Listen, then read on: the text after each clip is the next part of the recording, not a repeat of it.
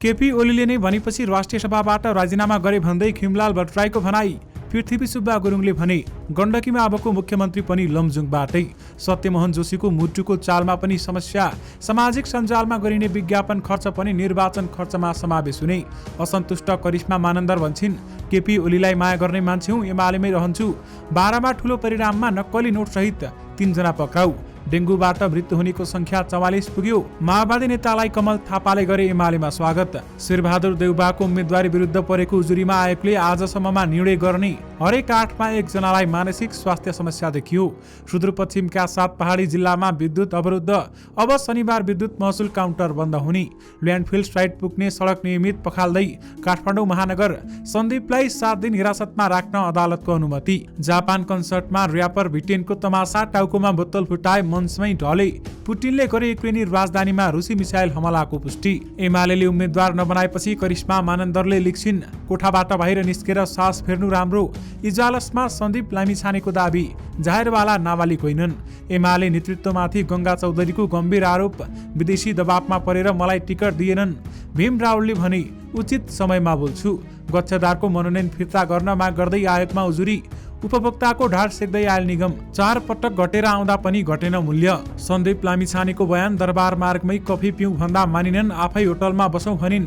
Vote माग्दै प्रदीप पौडेल। बालेन र सुनितासँग जम्का भेट। दर्शक महानुभावहरू नमस्कार। स्मार्ट खबरको न्युज बुलेटिनमा यहाँहरूलाई हार्दिक स्वागत छ। म आर्यन नेउपाने। आज मिति विक्रम सम्वत 2079 साल असोज 25 गते मंगलबार, इस्वी सम्वत 2022 अक्टोबर 11 तारिक। सदाको चाहिँ आज पनि हामी उपस्थित भइसकेका छौँ आजका मुख्य समाचारहरू लिएर। हामीलाई अन्तिमसम्म हेर्नुहोला अनि हाम्रो मेहनतका लागि यो भिडियोमा एउटा लाइक अवश्य गर्नुहोला। दर्शक महानुभावहरू, पलपलको न्युज अपडेटका लागि हाम्रो च्यानललाई सब्स्क्राइब गरी नजिकै आउने बेल आइकनलाई क्लिक गरी अलमा क्लिक गर्न पनि नबिर्सिनुहोला। आउनुहोस् दर्शक महानुभावहरू, आजका मुख्य समाचार सुरु गरौँ। दरबार मार्गमै कफी पिउँ भन्दा मानिनन्, आफै होटलमा बसौँ भनिन् भन्दै सन्दीप लामिछानेले बयान दिएको प्रसङ्गबाट। बलात्कारको आरोप लागेपछि पक्राउ परेका नेपाली राष्ट्रिय क्रिकेट टिमका कप्तान सन्दीप लामिछाने 5 दिनदेखि प्रहरी हिरासतमा रहेका छन्। कतारको दोहा हुँदै आउने क्रममा गत बिहीबार त्रिभुवन अन्तर्राष्ट्रिय विमानस्थलबाट पक्राउ परेका उनलाई बुधबारसम्म थुनामा राखेर अनुसन्धान गर्न जिल्ला अदालत काठमाडौँले अनुमति दिएको छ। सोमबार म्याद थपका लागि प्रहरीले उनलाई अदालतमा उपस्थित समेत गराएको थियो भने प्रहरीले 10 दिन म्याद मागे पनि अदालतले 3 दिन कम दिएको छ। सन्दीप लामिछानेले आफ्नो मुद्दाको टुङ्गो छिटो लगाइदिन अनुरोध गरेका छन्। सोमबार म्याद थपका लागि अदालतमा उपस्थित गराउँदा पनि उनका कानुन व्यवसायीले न्यायाधीश समक्ष यस्तो आग्रह गरेका थिए। म्याद थपका क्रममा न्यायाधीशले सन्दीपलाई केही भन्नु छ भनेर सोधेका थिए। त्यस क्रममा उनले यसअघि बयानमा जस्तै आफू निर्दोष रहेको जिकिर गरेका छन्। सन्दीपका कानुन व्यवसायीका नगरकोट कसरी पुगेको भन्ने कुरा उनले सोमबार अदालतमा बताएका छन्। यसअघि आइतबारदेखि नै सरकारी वकिलले रोहबरमा उनको बयान सुरु भएको छ। बयानमा सन्दीपले जाहेरवालाकै पूर्व योजना अनुसार आफू नगरकोट पुगेको बताएका छन्। नाबालिग भनेकी जाहेरवालीले नगरकोट जाने कुरा उनका साथीहरूलाई पनि सुनाएकी थिइन्। उनले नगरकोट जान प्रस्ताव गरेपछि मैले त्यता नजाउँ, दरबार मार्गमै चिया कफी पिउँ भनेको थिएँ। म क्याम्पमा छु, भोलि बाहिर जान्छु भनेको थिएँ। पुगेर आइहालौँ, मलाई काठमाडौँको सिन त्यहाँबाट हेर्न मन छ एकदमै भनिन् सन्दीपले इजालस समक्ष भने। नगरकोट पुगेर फर्किने आफूलाई ढिलो हुन्छ र जाहेरवालीलाई पनि होस्टल फर्किँदा बन्द होला भनेको, तर उनले त्यस्तो नहुने बताएको सन्दीपले भनेका छन्। होस्टल कहाँनिर हो भनेर मैले सोधे पनि उनले नदेखाएको सन्दीपले बयानमा भनेका छन्। 20 बाटोमै उनी गाडीमा चढिन्। नगरकोट गइसकेपछि त्यहाँ गएर खाजा खाइयो। उनी मेरो जिउमा अडेस लागिन्। मलाई असहज फिल भयो। सन्दीपले न्यायाधीश सामु घटनाबारेमा बताए।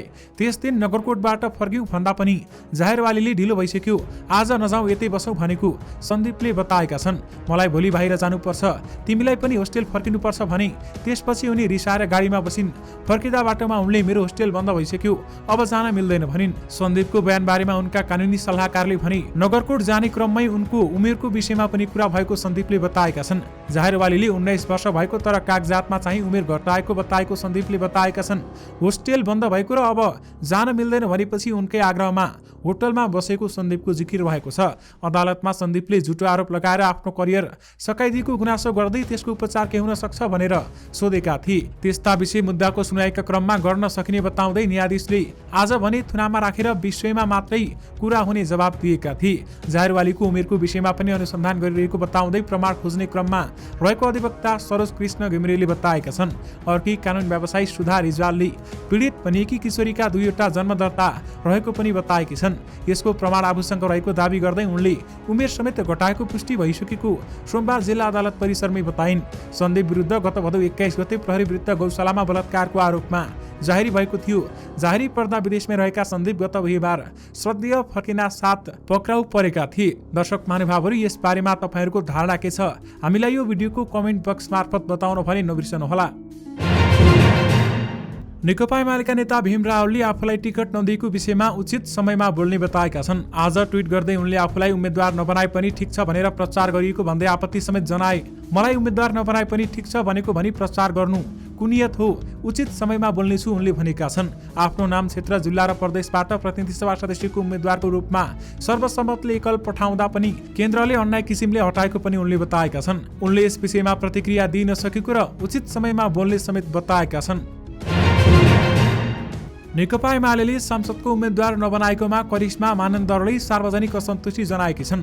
गएको चैतमा एमाले प्रवेश गरेका अभिनेत्री मानन्दरले सामाजिक सञ्जाल मार्फत असन्तुष्टि जनाएकी हुन्। तर सांसद नबने पनि एमालेमै रहने उनी बताउँछिन्। डिजर्भिङ पिपलहरू ल्याउनुपर्छ भन्ने हो, तर 5 वर्ष एमालेमै रहन्छु उनले भनिन्। सबै क्षेत्रलाई पहुँच दिने पार्टी एमाले भए पनि आफूले त्यो अवसर नपाएको बताइन्। सबै क्षेत्र र ठाउँलाई समान पहुँच दिने पार्टी भनेको त एमाले हो, तर म त्यो पहुँचभन्दा माथि रहेछु, मैले त्यसरी बुझेँ, मानन्दर भन्छन्। आफूले टिकट नपाउनुमा एमाले अध्यक्ष केपी शर्मा ओली भन्दा पनि अरू नेताहरूका कारण रहेको उनी बताउँछिन्। पार्टीमा उहाँ केपी ओली मात्रै होइन, अरू पनि छन्, मानन्दर भन्छन्। उम्मेद्वार नबन्ने अवस्थाले खुसी हुन नसकेको मानन्दर बताउँछिन्। म खुसी छैन, तर केपी शर्मा ओलीलाई माया गर्ने मान्छे हुँ उनी भन्छन्। मेरो चित्त दुखाइ छ। एमाले र केपी शर्मा ओली भन्दा पनि अर्को कुनै पार्टी छैन र अर्को कुनै नेता छैन देशलाई अगाडि लान भन्दै उनले बताएकी छन्। उम्मेद्वारले सामाजिक सञ्जालमा गरिएको विज्ञापन पनि निर्वाचन खर्चमा समावेश हुने भएको छ। 165 प्रतिनिधि सभा सदस्य र 330 प्रदेश सभा सदस्यका लागि देशभर उम्मेद्वारी दर्ता भएको छ भने उम्मेद्वारी दिएका मध्ये कतिपयले सामाजिक सञ्जालमा आफ्नो प्रचार प्रसार र विज्ञापन समेत गर्न थालेका छन्। निर्वाचन आयोगले सोमबार विज्ञप्ति जारी गर्दै राजनीतिक दल र उम्मेद्वारले सामाजिक सञ्जालमा विज्ञापन गर्दा हुने खर्च निर्वाचन खर्चमा समावेश हुने प्रश्न पारेको छ। सामाजिक सञ्जालमा विज्ञापन गरे नगरेको आफ्नो संयन्त्रले अनुगमन गरिरहेको भन्दै आयोगले भनेको छ भने सामाजिक सञ्जाल मार्फत हुने विज्ञापनको खर्च विवरण समेत चुस्त दुरुस्त राख्न सबै राजनीतिक दल र उम्मेद्वारलाई आग्रह गरिन्छ भन्दै बताइएको छ। नेपाली कांग्रेसका युवा नेता प्रदीप पौडेलले काठमाडौँ क्षेत्र नम्बर 5 मा घरदैलो सुरु गरेका छन्। प्रतिनिधि सभा सदस्यका लागि उम्मेदवारी दर्ता गरेको एक दिनपछि उनले काठमाडौँ महानगरपालिका 5 हाँडीगाउँबाट घरदैलो सुरु गरेका छन्। भोट माग्ने क्रममा निस्किएका पौडेल सोमबार हाँडीगाउँको जात्रा स्थलमा पुगेका थिए र उनले त्यहाँ युवाहरूदेखि वृद्ध वृद्धासम्म भेटेर भोट माग्दै आशीर्वाद पनि लिए। त्यही क्रममा हाँडीगाउँ जात्रामा सहभागी हुन पुगेका काठमाडौँ महानगरपालिकाका मेयर बालेन्द्र शाह र उपमेयर सुनिता डङ्गोलसँग प्रदीपको जम्काभेट भएको छ। उक्त जम्काभेटका क्रममा पौडेल मेयर उपमेयरसँग भलाकुसारी पनि गरे। भेटमा बालेन्द्र प्रदीपले अङ्कमाल गर्दै हात मिलाएर सद्भाव समेत आदान प्रदान गरेका छन्। दर्शक महानुभावहरू, त्यो तस्बिर तपाईँहरूले स्क्रिनमा देखिरहनु भएको छ। अन्तर्राष्ट्रिय बजारमा पेट्रोलियम पदार्थको मूल्य निरन्तर घटे पनि नेपाल आयल निगमले पछिल्लो समय उपभोक्ताको ढाड सेक्ने गरी निर्णय गर्न थालेको छ। लामो समयदेखि महँगोमा तेल किनेर सस्तोमा बेच्दै आएको निगमले पछिल्लो समय भने सस्तोमा किनेर महँगोमा बेच्न थालेको हो।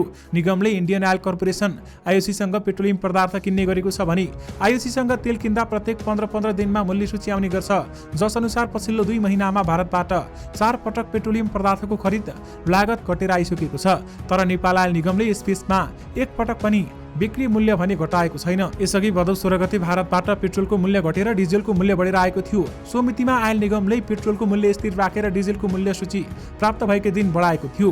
निगमले भदौ 16 मा डिजेल र मट्टीतेलको मूल्य प्रति लिटर 6 रुपियाँ बढाए पनि प्रति लिटर करिब 4 रुपियाँ नाफामा रहेको पेट्रोलको मूल्य भने स्थिर कायम गरेको थियो। यानि कि उपभोक्ताको ढाड सेक्दै आयल निगमले 4 पटक घटेर आउँदा पनि मूल्य घटाएको छैन। नेपाली कांग्रेसबाट सुनसरी क्षेत्र नम्बर 3 मा उम्मेदवारी दर्ता गराएका विजय कुमार गच्छेदारको मनोनयन खारेजी गर्न माग गर्दै निर्वाचन आयोगमा उजुरी परेको छ। गच्छेदार विरुद्ध काठमाडौँ वडा नम्बर 7 का विवेक अधिकारीले उजुरी दिएका हुन्।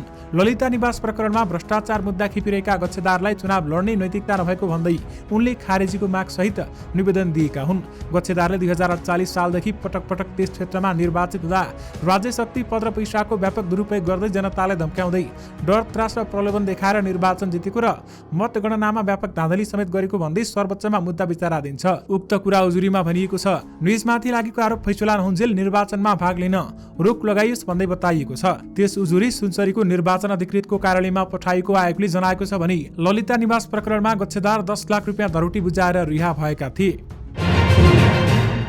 निवर्तमान सांसद तथा एमाले केन्द्रीय सदस्यमा गंगा चौधरीले आफ्नो पार्टी नेतृत्वमाथि गम्भीर आरोप लगाएकी छन्। हिजो स्वतन्त्रतर्फ उम्मेदवारी मनोनयन गराएसँगै आज बिहान सञ्चारकर्मी तथा सर्वसाधारणसँग एक बेलामा बोल्दै चौधरीले एमाले नेतृत्वले विदेशी दबावमा परेर आफूलाई प्रतिनिधि सभाको प्रत्यक्षतर्फ टिकट नदिएको आरोप लगाएकी हुन्। मैले भारतको हस्तक्षेप बारेमा प्रश्न उठाउँदै आएकी थिएँ। यो कुरा सबैलाई थाहा छ। चुच्चे नक्साको समर्थनमा मैले आवाज उठाएकी हो।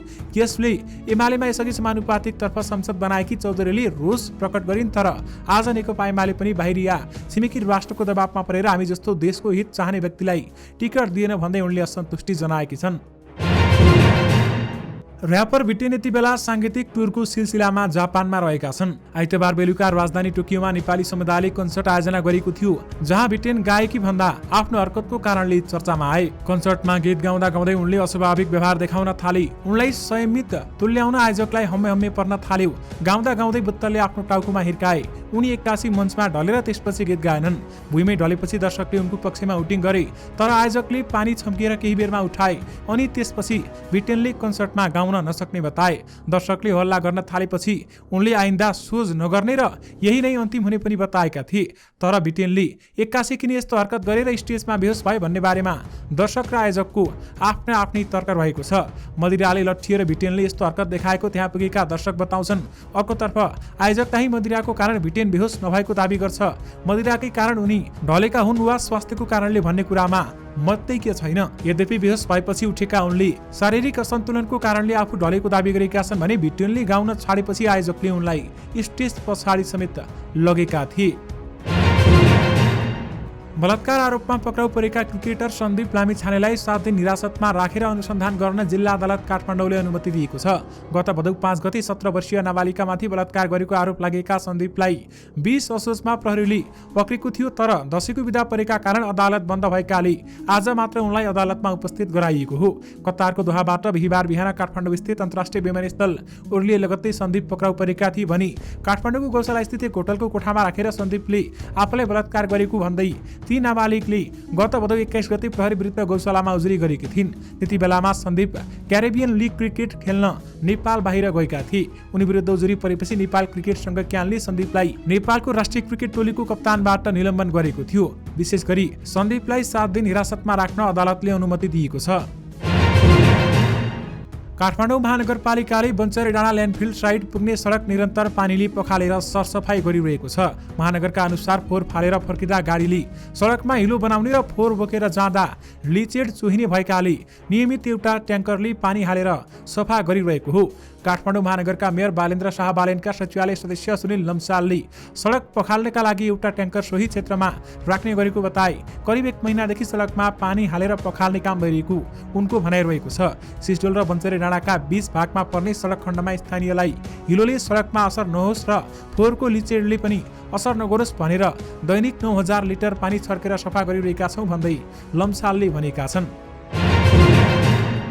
अब शनिबार विद्युत महसुल संकलन काउन्टर बन्द हुने भएको छ। नेपाल विद्युत प्राधिकरणले केही वितरण केन्द्रहरूमा शनिबार पनि महसुल काउन्टर चलाउँदै आएको छ। तर एक सूचना जारी गर्दै प्राधिकरणले कार्तिक महिनादेखि शनिबार यस्ता काउन्टर नखुल्ने जानकारी गराएको हो। शनिबार मात्रै कार्यालय बिदा हुने हुँदा महसुल तिर्न सहज होस् भन्ने उद्देश्यले यस्ता काउन्टर खोल्ने गरिएको छ। अब अनलाइन भुक्तानीलाई प्राथमिकता दिने प्राधिकरणको योजना छ। प्राधिकरणले अहिले हरेक दिन बिहान 10 बजेदेखि राति 12 बजेसम्म अनलाइन भुक्तानी गर्न सक्ने व्यवस्था समेत गरेको छ।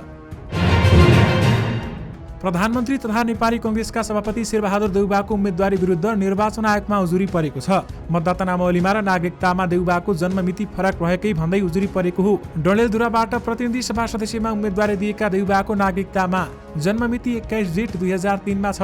मतदाता नावलीमा भने उनको जन्ममिति 31 जेठ 2002 लेखिएको छ। जन्ममिति फरक परेको भन्दै देउबाका प्रतिस्पर्धी कर्ण मल्लले निर्वाचन आयोगमा उजुरी दिएका हुन्। उजुरीमा उनले देउबाको उम्मेदवारी खारेजीको माग समेत गरेका छन्। यद्यपि देउबाको उम्मेदवारी विरुद्ध परेको उजुरीमा आयोगले आजसम्ममा निर्णय गर्ने समेत बताएको छ। एमाले पार्टी कार्यालय मकवानपुरमा आज एउटा अचम्मको दृश्य देखिएको थियो। नेकपा माओवादी केन्द्रका जिल्ला स्तरका नेता पार्टी परित्याग गरी नेकपा एमाले प्रवेश गर्दै थिए भने उनको स्वागत गर्नेमा थिए राप्रपा नेपालका अध्यक्ष कमल थापा। एमालेले आगामी मङ्सिर 4 मा हुने निर्वाचनका सन्दर्भमा चुनावी रणनीति बनाउनका लागि आफ्ना पार्टीका तर्फबाट उम्मेद्वार बनेका नेता जनवर्गीय संगठनका नेतासँग अन्तर्क्रिया कार्यक्रम राखेको थियो। उक्त कार्यक्रममा एमालेको समर्थनमा उम्मेद्वार बनेका थापा पनि अरू उम्मेद्वारसँगै थिए। यही कार्यक्रममा माओवादी केन्द्रका जिल्ला सदस्य शङ्कर राउत एमाले प्रवेश गरे। थापाले उनै राउतलाई एमालेमा स्वागत गरेका हुन्। नेपालमा डेङ्गु संक्रमणबाट पछिल्लो 24 घण्टामा 2 जनाको मृत्यु भएको छ। स्वास्थ्य तथा जनसङ्ख्या मन्त्रालयका अनुसार डेङ्गु संक्रमणबाट आज 2 जनाको मृत्यु भएको भने यो सँगै साउनेताबाट डेङ्गुबाट मृत्यु हुनेको संख्या 44 पुगेको छ। मन्त्रालयको पछिल्लो तथ्याङ्क अनुसार साउनेता 33,975 जनामा डेङ्गु संक्रमण भइसकेको छ। हाल मुस्ताङ बाहेक सबै जिल्लामा देखिएको डेङ्गु संक्रमणबाट सबैभन्दा बढी काठमाडौँ उपत्यकाका जिल्लामा बढी प्रभावित छन् भन्दै बताइएको छ। संस्कृतिविद एवं वाङ्मय शताब्दी पुरुष सत्यमोहन जोशीको अवस्था चिन्ताजनक हुँदै गएको छ। किस्ट मेडिकल कलेज तथा शिक्षण अस्पतालले सोमबार दिउँसो एक विज्ञप्ति जारी गर्दै उनको अवस्था चिन्ताजनक रहेको जानकारी दिएको हो। जोशीज्यूको समग्र स्वास्थ्यमा उल्लेखनीय सुधार नभएको र अवस्था चिन्ताजनक नै रहेको छ। अस्पतालका निर्देशक डाक्टर प्राध्यापक डाक्टर सुरज भट्टाचार्यले भनेका छन्, गत 23 असोजदेखि जोशीको छातीमा निमोनियाको संक्रमण भएकाले एन्टिबायोटिक सुरु गरिएको बज्राचार्यले जानकारी दिनुभएको छ। यानि कि सत्यमोहन जोशीको मुटुको चालमा पनि समस्या देखिएको बताइएको हो। नेकपा एमालेका उपमहासचिव पृथ्वी सुब्बा गुरुङले गण्डकी प्रदेशको अबको मुख्यमन्त्री आफ्नै गृह जिल्ला लमजुङबाट बन्ने बताएका छन्। गण्डकीको मुख्यमन्त्री बन्ने योजनाका साथ लमजुङ प्रदेशसभा खबाट प्रदेशसभामा उम्मेद्वार बन्न चाहेका गुरुङले प्रतिनिधि सभाकै टिकट पाए। पृथ्वी सुब्बाले दावी गरेको क्षेत्रमा काठमाडौँमा डेलिगेसन गएसँगै कृष्ण अधिकारीले टिकट हात पारेको लमजुङका नेताहरू बताउँछन्। लमजुङको प्रदेशसभा कबाट भने जमेन्द्रमान घले उम्मेद्वार भएका छन्। गुरुङले तिनी घलेलाई इङ्गित गर्दै लमजुङले मुख्यमन्त्री पाएको बताएका हुन्। रूपन्देही 5 मा नेकपा एमालेका तर्फबाट वासुदेव घिमिरेको उम्मेदवारीलाई निर्वाचन आयोगले मान्यता दिएको छ। यो क्षेत्रमा एमालेका पोलिट ब्युरो सदस्य खिमलाल भट्टराईको पनि उम्मेदवारी परेको थियो। तर घिमिरेको उम्मेदवारी दर्ता पहिले भएको भन्दै आयोगले उनीलाई मान्यता दियो। आयोगको यो निर्णयले भट्टराई प्रतिनिधि सभा सदस्यको उम्मेद्वार बन्न पाएनन् भने उनको राष्ट्रिय सभा सदस्य पद पनि गयो। उनले राष्ट्रिय सभाबाट सदस्यबाट राजीनामा दिएर प्रतिनिधि सभा सदस्यमा पनि उम्मेदवारी दिएका थिए। रूपन्देही 5 बाट सर्वसम्मत सिफारिस भएका भट्टराईले एमाले अध्यक्ष केपी ओलीकै निर्देशनमा राष्ट्रिय सभा सदस्यको राजीनामा दिएको समेत बताएका छन्। रुसी राष्ट्रपति व्लादिमिर पुटिनले हिजो बिहान युक्रेनका धेरै ठाउँमा आक्रमण भएको पुष्टि गरेको बीबीसीले जनाएको छ। एक भिडियो सम्बोधनका क्रममा व्लादिमिर पुटिनले रुसको लामो दूरीका क्षेप्यास्त्रले युक्रेनको ऊर्जा, सैन्य र सञ्चार सुविधालाई निशाना बनाएको बताएका छन्। सम्बोधनमा पुटिनले रुसी क्षेत्रमा कुनै पनि आतंकवादी गतिविधिलाई कडा जवाब दिने कुरा दोहोर्याएका छन्। पुटिनले आज रुसको सुरक्षा परिषदको बैठकमा भाग लिने र रुसलाई क्रिमियासँग जोड्ने पुल भएको आक्रमण बारेमा छलफल गर्ने विश्वास गरिएको समेत बताएका छन्। यसैबीच युक्रेनमाथि रुसी हमलालाई बर्बरताको संज्ञा दिएको छ। रुसी सेनाले युक्रेन वरपरका सहरहरूमा आक्रमण गर्न थालेपछि युरोपका विभिन्न नेताहरूबाट प्रतिक्रियाको ओहिरो लागेको छ। वर्षासँगै सुदूरपश्चिमका 7 पहाडी जिल्लामा विद्युत आपूर्ति अवरुद्ध भएको छ। कैलालीको गोदावरीमा रहेको विद्युतको टावर ढलेपछि आइतबार बेलुकीदेखि आपूर्ति बन्द भएको विद्युत प्राधिकरण वितरण केन्द्र डडेलधुराका निमित्त कार्यकारी प्रमुख निरञ्जन शाहले जानकारी दिनुभएको छ। बिजुली नहुँदा 7 पहाडी जिल्लाका स्थानीयको जनजीवन प्रभावित भएको छ। विद्युत नहुँदा सोमबार सेवा प्रदायक निकायबाट प्रदान हुने सेवा प्रवाहमा समेत समस्या आएको थियो। विद्युत आपूर्ति गर्न वैकल्पिक समस्या गर्न काम भइरहेको शाहले जानकारी दिए। उनले भने पोल गाड्ने र पुरानो लाइनबाट विद्युत प्रवाह गर्ने काम भइरहेको छ। पुरानो लाइनबाट ल्याउँदा भार धेरै हुने र बेला बेलामा बत्ती आउने जाने समस्या हुने शाहको भनाइ छ। मौसम बदली र लगातार वर्षाले काम गर्न समस्या भइरहेको छ। उनी भन्छन्, आज बेलुकीसम्म बत्ती बाल्ने प्रयास गरिरहेका छौँ भन्दै उहाँले बताउनु भएको हो।